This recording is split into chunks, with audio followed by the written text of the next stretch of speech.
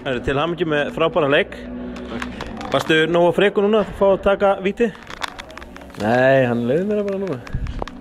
Man er bara þetta síðast áttur möguleika á þrennu og þið fengu víti hérna í lokin og þú sagði að hann hefur verið frekari og eldri.